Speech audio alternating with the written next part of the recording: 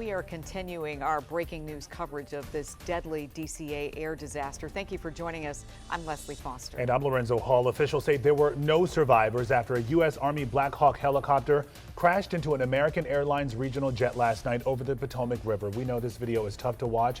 It's Earth cam footage above the National Mall caught the collision as that plane was attempting to land at Reagan National Airport. Right now, recovery crews are still searching the Potomac River for victims. Here's a live look at boats searching the water.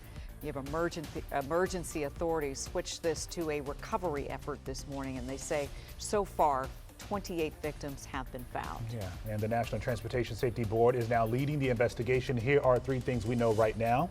First, the NTSB's preliminary report on the crash will be available in 30 days. Flight data recorders have not yet been recovered yet.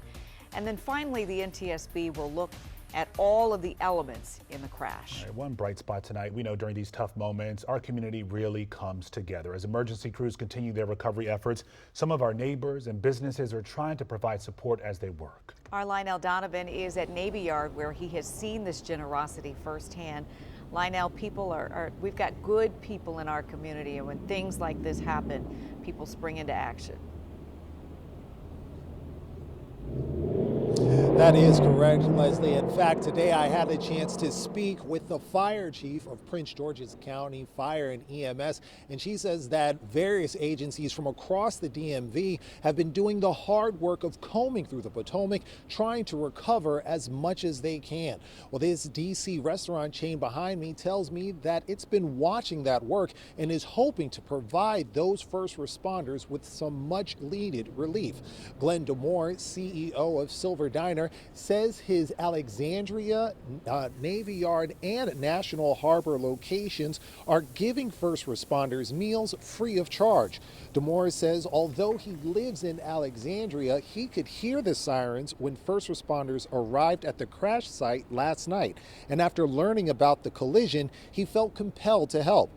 Fire Chief Tiffany Green says tracking down the debris from last night's collision is a process that's measured in days or even weeks.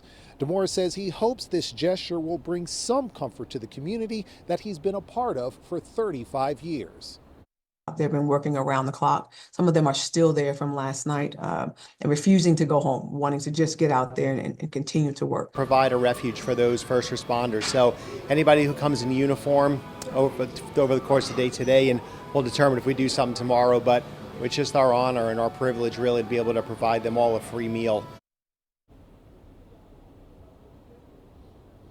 Now, Fire Chief Green tells me that the waters around the National Harbor are also included in the search area, which is about 5 miles away from the original crash site. She also says she appreciates community support while her teams do this work.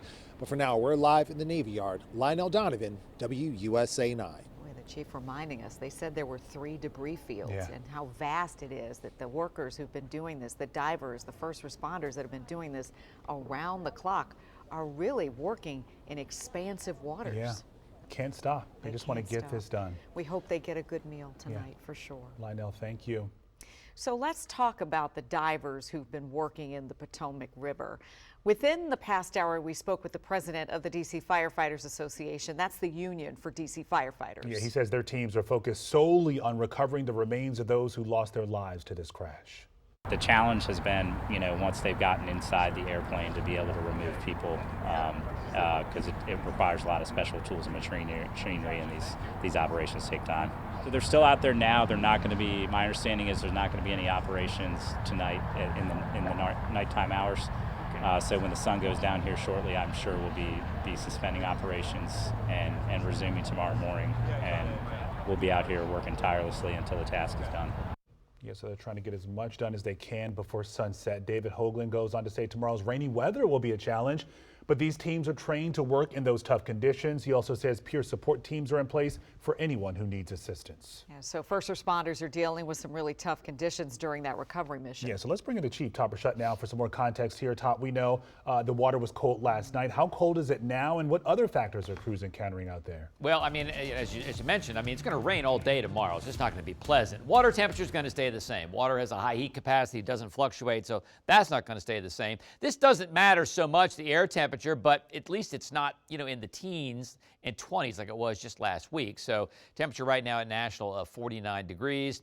Winds not a factor today at all. So during the plane crash, so around 8:48, so there's what we're looking at. So we're looking at, again, water temperature, 9 o'clock, 36 degrees. Visibility, great. It was clear skies, 10 miles visibility. Winds were northwest at 15, sort of sustained. And we picked up a gust of around 26, is what we said last night. So that should not have caused, I don't think it's going to be a weather-related crash. I just don't think that's going to cause any problems. Earlier in the day, when the winds were a little stronger, perhaps as it approached runway 33. But for now, with clear skies, visibility 10 miles, that's about really all you could hope for if you were a pilot last night. Okay, thank you, Top. So a lot of people are wondering how something like this could have happened, even with all the high-tech safety measures in place. CBS News senior transportation correspondent Chris Van Cleve is giving us some more context on that part of the story. The layers of aviation safety around an airport like Washington Reagan are numerous. You have air traffic controllers, and we know they were engaged here talking to the aircraft involved. You would also typically have something called TCAS, a collision avoidance system on board the airliner. However, below about 1,000 feet, that system doesn't alarm. Based on the way the aircraft appear to have lined up, it's likely the pilots of the airliner never saw that helicopter coming. A plane is not like your car. You can't look out the side view or rear view mirror. You can't look over your shoulder and see behind you.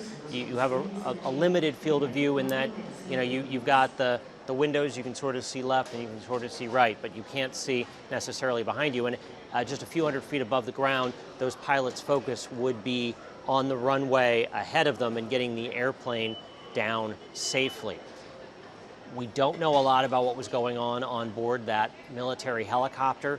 We don't know what those pilots saw or what they were looking at. It is busy airspace. It was at night, so while there was clear visibility, you are looking at basically flashing lights in the dark. And this is an arrival pattern, so there are other airplanes behind the one that they ultimately collided with. These accidents are a bit like a chain link. Several events come together in order for this accident to happen. If any one of them doesn't occur, the accident doesn't occur. The NTSB will investigate, answers will come. That will take time. For now, certainly one of the things investigators are going to look to understand is why was the helicopter operating where it was? Was it within the normal flight rules around Reagan National Airport, which is 200 feet or below for helicopter traffic? And how just did these two aircraft come together like they did remains the obvious question at this hour. Answers could take a year or more before a final NTSB report is prepared. Chris Van Cleve, CBS News, Phoenix. In the meantime, we're getting some new information on the U.S. Army helicopter involved in this mid-air collision. Charlie D'Agata has that part of the story from the Pentagon. Military officials told us that the Army UH Black Hawk helicopter out of Fort Belvoir, Virginia, taking part in that training flight. It's about 17 miles south of Reagan National Airport.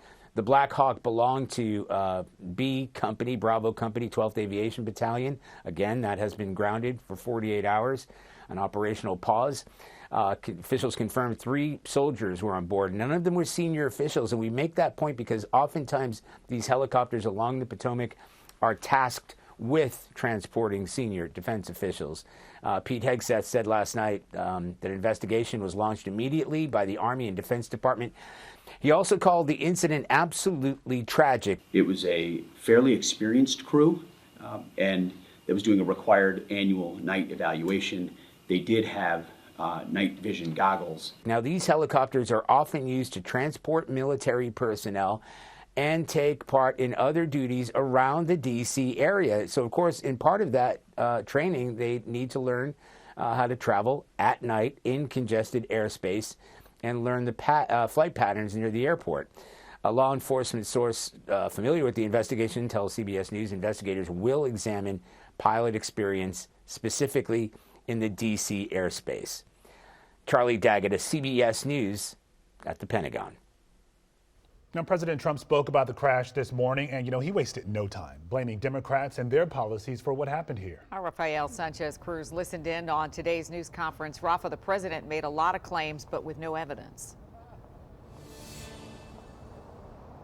Yeah, that's right, Lorenzo. Leslie, President Donald Trump blamed former Presidents Barack Obama and Joe Biden of undermining air traffic safety by supporting diversity, equity, and inclusion, DEI over competency. Now, when the president was asked if DEI hiring played a role when it comes to the air traffic controllers or the flight crew, he backed off and said he was using, quote, common sense.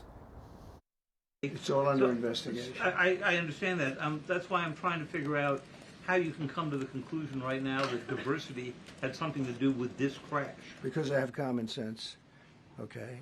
And unfortunately, a lot of people don't. President Donald Trump doubling down on his analysis of what he says may have caused the air collision near DCA. The people in the helicopter should have seen where they were going. I have helicopters. You can stop a helicopter very quickly. It had the ability to go up or down. It had the ability to turn. The president, vice president, and secretary of defense all pointed at DEI hiring under Democratic leadership as a possible factor in Wednesday's tragedy. We have to have our smartest people. It doesn't matter what they look like, how they speak, who they are. It matters intellect, talent. What evidence have you seen to support these claims? It just could have been. It's one thing for internet pundits to spew off conspiracy theories. It's another for the President of the United States to throw out idle speculation as bodies are still being recovered and families still being notified. It just turns your stomach. Former Transportation Secretary Pete Buttigieg pushed back on Trump's claims, posting on X. President Trump now oversees the military and the FAA. One of his first acts was to fire and suspend some of the key personnel who helped keep our skies safe. Trump mentioned this Fox article with the headline, FAA's diversity push includes focus on hiring people with severe intellectual and psychiatric disabilities. And then it says FAA says people with severe disabilities are most underrepresented segment of the workforce, and they want them in and they want them, they can be air traffic controllers. I don't think so. Tonight, President Donald Trump signed a presidential memo that the White House says will undo the damage caused by DEI hiring when it comes to air safety. Now, this is on top of the executive order that he signed last week, instructing both the FAA and the Department of Transportation to remove any safety personnel that are deemed not competent. Outside the White House, Rafael Sanchez Cruz, WUSA 9. Again, just a reminder, these claims have been coming without evidence. Without evidence at all. Making sure we button this up because we believe in telling the truth here. And also as those bodies were still being pulled out of the Potomac, not too far away from the White House. Absolutely. All right, you can expect more from WUSA 9 on this breaking news. For updates anytime, download the WUSA 9 app on your phone or watch us anytime on the free WUSA 9 Plus streaming app. We'll be right back.